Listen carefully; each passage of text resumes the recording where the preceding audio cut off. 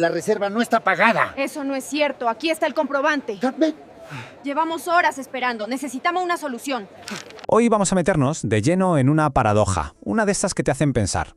Estamos en Ecuador, un país que es, sinónimo de naturaleza espectacular.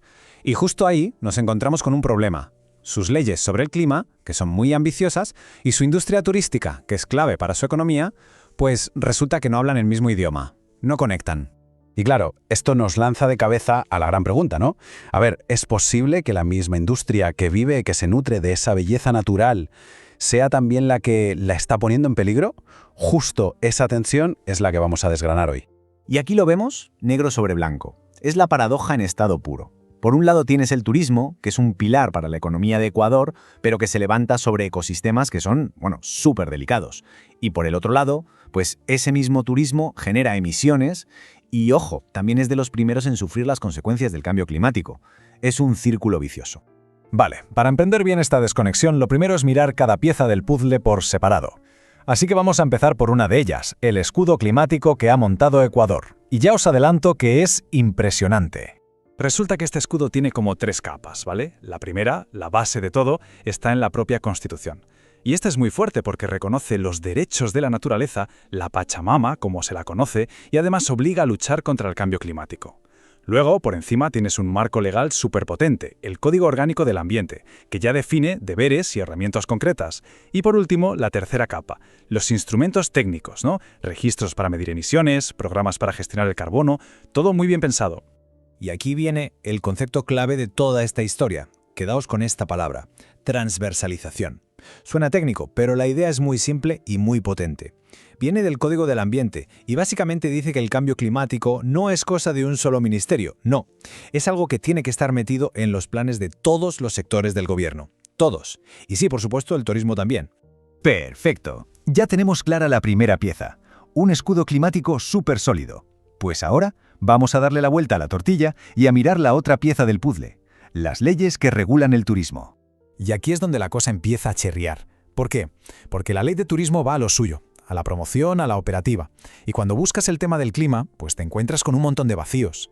Fijaos, no se obliga a las empresas a reportar cuánto contaminan, tampoco se les pide ser eficientes energéticamente para darles una licencia, ni se exige analizar los riesgos del clima al planificar un destino, nada de eso.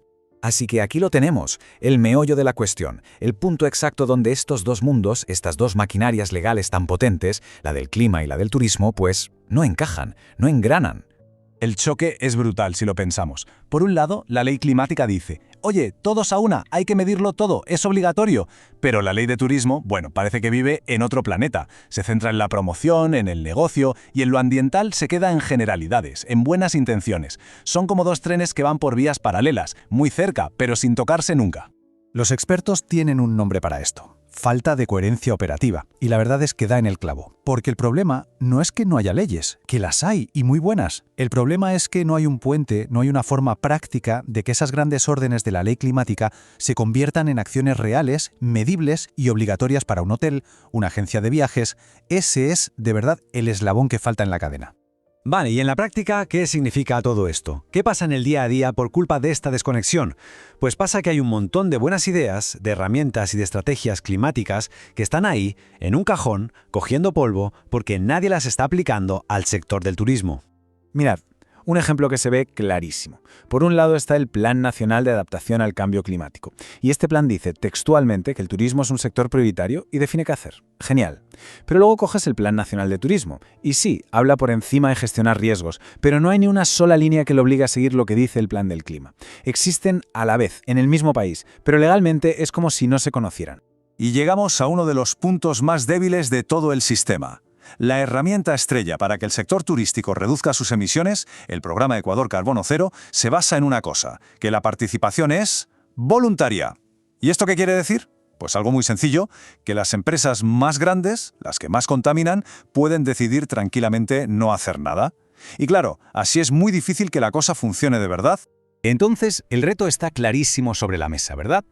¿Cómo se consigue por fin que la ambición climática de Ecuador y la realidad del día a día de su turismo se den la mano?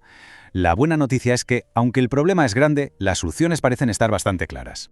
Sobre la mesa hay una hoja de ruta con 3 pasos que parecen de sentido común. El primero, crear normas específicas para el turismo que traduzcan las grandes leyes del clima en obligaciones claras y que se puedan controlar. El segundo, unir los cables, es decir, conectar por ley el plan de turismo con los planes nacionales sobre el clima. Y el tercero, y muy importante, que sea obligatorio para todas las empresas turísticas registrar sus emisiones, sin excusas. Y todo esto nos lleva a una última reflexión. Tener leyes ambiciosas en el papel está muy bien, es el primer paso, sin duda. Pero la pregunta que queda en el aire es, ¿cuál es el precio que se paga por no dar el siguiente paso? ¿Cuál es el coste real de dejar que esas leyes tan potentes se queden solo en buenas intenciones?